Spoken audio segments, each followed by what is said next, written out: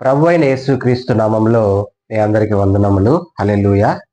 ఈరోజు దేవుడు, పరిశుద్ధాత్మ దేవుడు మనకిచ్చిన ఆత్మీయమైన ఆహారం ఏంటనంటే, గలతీయులకు రాసిన పత్రిక 5వ అధ్యాయము మొదటి వచనం మనం ఒకసారి చదువుకుందాము.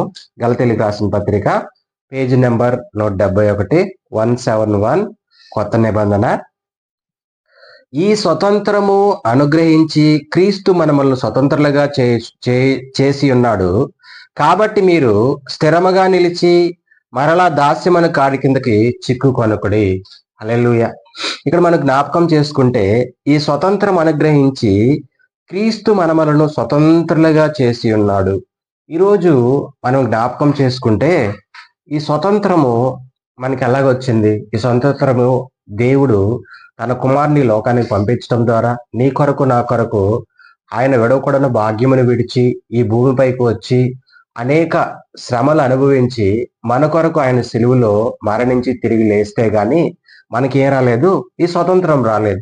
అయితే ఈరోజు దేశం మొత్తం మనం జ్ఞాపకం చేసుకుంటే 76వ రిపబ్లిక్ డే చేసుకుంటూ ఉన్నారు అందరం. అయితే ఈ మనకు స్వతంత్రం రావాలని అంటే చూడండి, 1947లో మనకు ఆగస్ట్ 15న సగం వస్తే ఇప్పుడు పూర్తిగా రిపబ్లిక్ డే జనవరి 26న మనకు 1950లో వచ్చింది.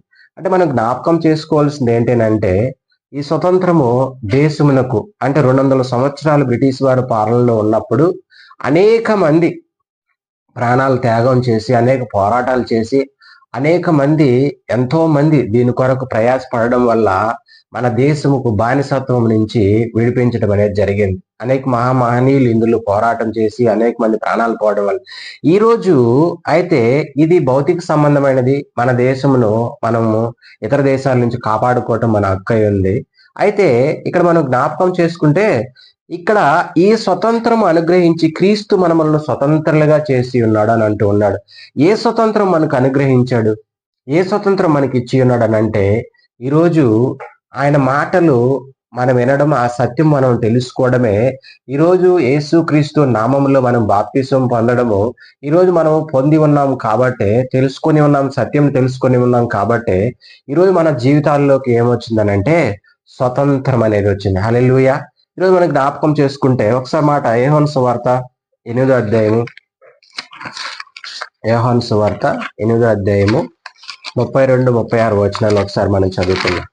32 నుంచి యోహాను 8. ఇక్కడ ఒక మాట అంటాడు, కాబట్టి యేసు తనను నమ్మిన యూదులతో, మీరు నా వాక్యమందు నిలిచిన వారైతే